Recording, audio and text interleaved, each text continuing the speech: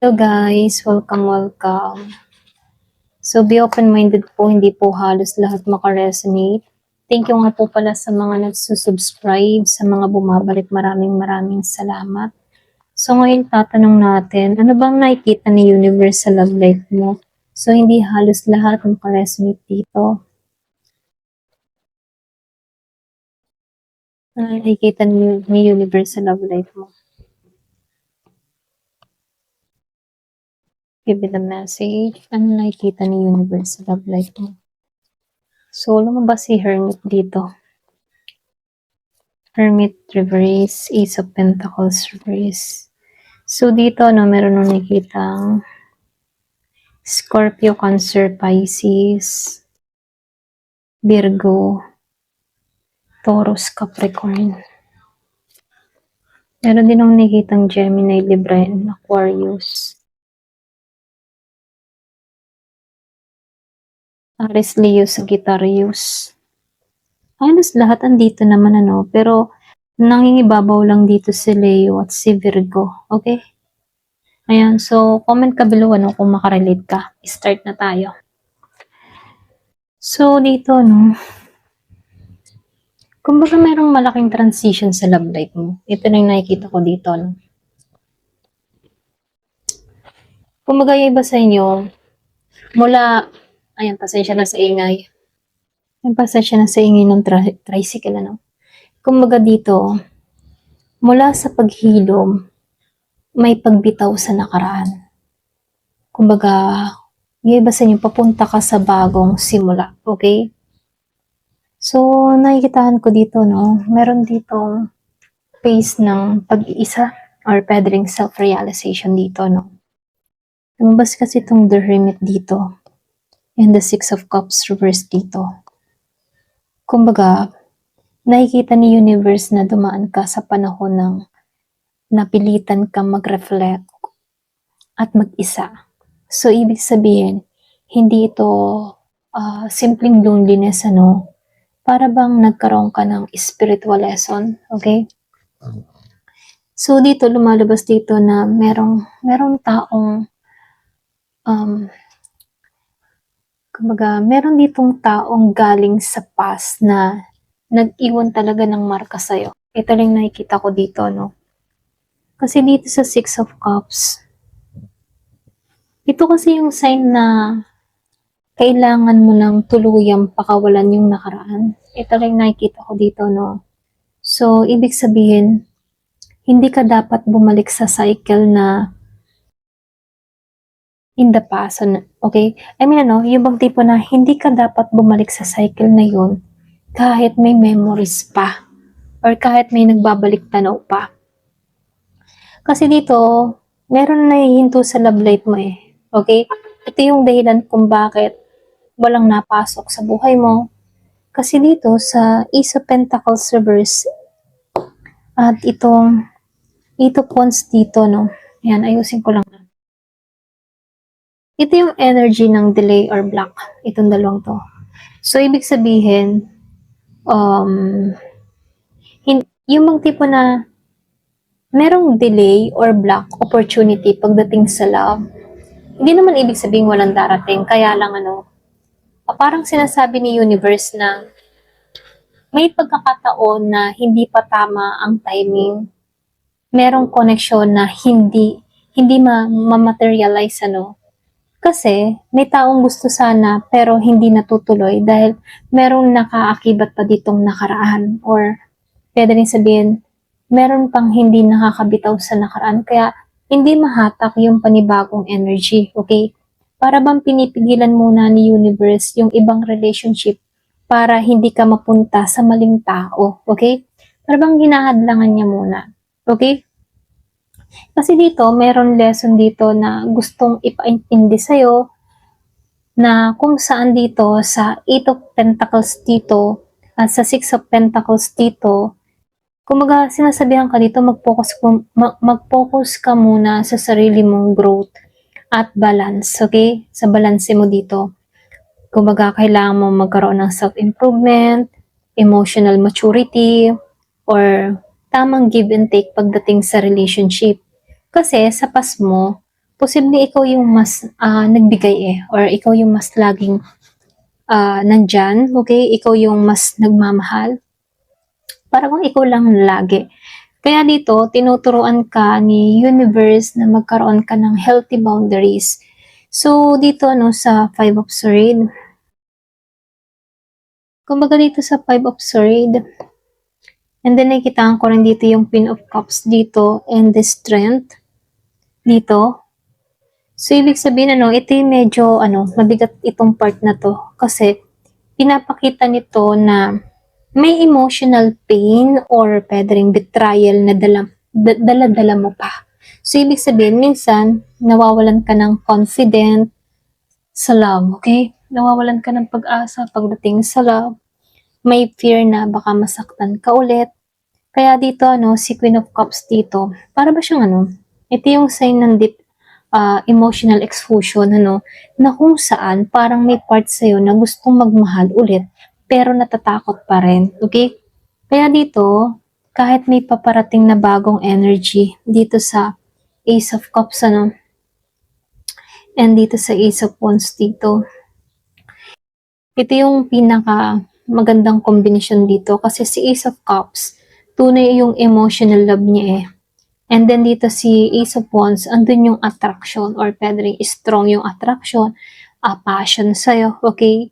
Kaya lang dito, meron ditong posible na itong dalawang ito, pwedeng bagong tao to, pwedeng bagong connection, or pwede rin bigla ang spark na, relationship, Hindi to mukhang past energy, ito lang yung nakikita ko, mas fresh ito. So, ito yung energy ng taong papasok sa'yo. Like ito, Knave of Wands or si Page of Wands. Kumbaga, ito yung tao or ito yung klase ng tao na very adventurous, impressive siya, or pwede rin sabihin, expressive, very expressive siya. Curious siya sa'yo, okay? Curious siya sa'yo, then nakikitaan ko rin dito na maaaring mas bata or pwede ring youthful yung personality niya. Para bang taong magpapagaan ng energy mo pagkatapos ng mga mabibigat na experience mo. So, nakikitaan ko lang dito yung overall na mensahe ni universe pagdating sa love life mo. Kailangan mong tapusin yung emotional attachment sa nakaraan mo. Okay? Ayusin mo muna yung sarili mo para magkaroon ka ng emotional balance, okay? Huwag mong pilitin yung huwag mong pilitin yung love kung may delay pa. So, dahil may mga bagong love pang parating dito, papasok sa'yo, kaya dito, pinagre-ready ka na, okay?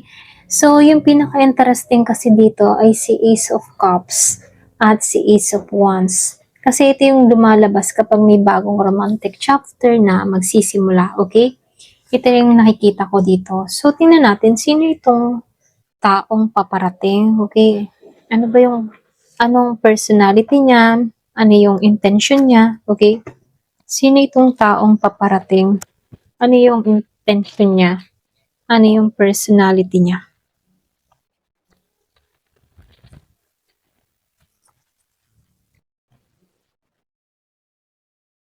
So, be open-minded kung meron ng nagpaparamdam sa'yo or pakaramdam mo, kwento mo to, okay? So, ano yung personality ng tao na to? Sino ba to?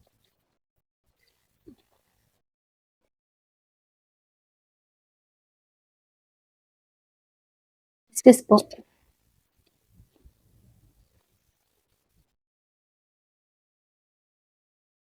Ayan. So, dito, yung energy na galing, ayan. So, nakikitaan ko lang dito. Yung parating sa'yo, marami tong emotional baggage. Ito lang nakikita ko. O pwede rin, meron din tong mga hindi magandang nangyari sa nakaraan niya. Para bang marami ding pagsubok na pinagdaanan, okay? Kasi yung yung personality niya ngayon dito sa Four of Swords and Nine of Cups dito. Ito yung energy ng taong galing sa period ng pagod or pwede ring emotional healing. So, ibig sabihin dito na matagal siyang nag-iisip tungkol sa love. Ngayon gusto niyang bumangon ulit at maging masaya. Ito lang nakikita ko. Kaya lang dito sa Nine of Cups, nagpapakita ito ng medyo confident siya. Gusto niya ng happiness. Marunong siyang mag-enjoy sa buhay. Ito lang nakikita ko. Pero minsan, meron siyang yung bang tipo na inuuna niya yung sarili niyang satisfaction. Ito lang nakikita ko. May ganun siyang energy. Kaya lang dito, sa Page of Pentacles, yung ugali ng tao nito or yung mindset niya pagdating sa relationship, very practical lang. Napakaseryoso nito kapag nagkaroon ng interest. Ito lang nakikita ko. Willing matuto sa relationship. Hindi siya yung super mabilis at mag-commit hindi siya ganoon. Pero kapag nag-invest siya, andun yung time, okay? Gusto niya may oras pagdating sa future niya. Ito lang nakikita ko. So, dito, marami na din tong emotional baggage. Marami na tong mga dinala. Ito yung pinakamabigat na part kasi dito sa Two of Cups, Six of Swords reverse, at itong Ten of Cups reverse. Itong tatlong to. Ito yung pinapakita Kumbaga dito, meron siyang past relationship na hindi naging maayos yung ending. Ito lang nakikita ko. Maring may breakup na hindi niya lubos na natanggap, merong emotional attachment pa sa nakaraan. Kaya minsan nahihirapan siyang mag-move forward. Ito lang nakikita ko. Okay? So, nakikitaan ko lang dito, dito sa Nine of Wands, dito, nakikitaan ko rin to depth. Dito. Pag dalawang to. Kumbaga dito, pagod na to sa emotional battle. Ito lang nakikita ko. Nahirapan to totally magbago. Kumbaga, may tendency na bumalik sa old patterns. Kaya dito, bakit merong ditong hindi pa, parang ito yung dahilan kung bakit papasok siya sa buhay mo. Kasi, pwedeng nahirapan din tong tao na to na magbago. Kaya lang dito, meron papasok kasi dito sa'yo na hindi pa totally healed or meron pang mga pinagdadaanan sa buhay. Pwedeng meron pang issue sa nakaraan. Pwedeng bigla mo na lang ito ma-encounter or bigla mo na lang ito makilala. Kaya lang dito, yung enerhiya ng tao na to, andun yung maturity dito sa Queen of Pentacles, Positive naman siya dito. Meron siyang ganung side dito. May part sa kanya na responsible at caring. So, nakikita ko dito, good provider din to. Yung side niya dito is stable at nurturing kapag naging seryoso siya. Okay? Kaya lang dito sa The Fool, merong warning card. Itong tatlong to, ito, at ito. Sabay-sabay silang naka-reverse dito. Meron pong mga emotional imbalance. Ito rin nakikita ko, posible, hirap siya mag-open ng feelings, may emotional immaturity pa, ganyan. Hindi naman halos lahat, mangilan-ngilan. Minsan, hindi niya alam kung ano ba talaga yung gusto niya pagdating sa love. Kaya dito sa King of Cups reverse, minsan yung energy ng tao na to, marunong naman magmahal pero hindi siya marunong magpakita ng maayos or pwede hindi siya magaling mag-show ng pagmamahal. Pero marunong siya magmahal. Ito yung nakikita ko. Very lang siya, komplikado yung kanyang emotion. Kaya dito, itong taong ito, galing kasi siya sa failed relationship. Okay? May mga emotional wounds pa. Pero gusto niyong maging masaya ulit. Ito lang yung nakikita ko. May potential naman siya na maging stable partner dito. Pero, yun nga lang, may problema. Hindi pa siya totally healed sa nakaraan niya. Para bang may role sa buhay niya na maaring alam mo yun, maging taong magpakita ng genuine care or maging turning point sa emotional growth niya, okay? Kaya dito, pinaka-mensahe lang sa'yo, kailangan mong maging maingat at hindi agad ibigay ang lahat ng emosyon mo, okay?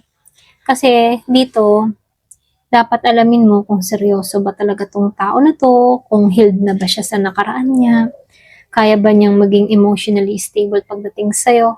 Dapat alam mo yung mga tanong na yun, okay? Ayan, hanggang dito na lamang po. Thank you for watching. Love and peace.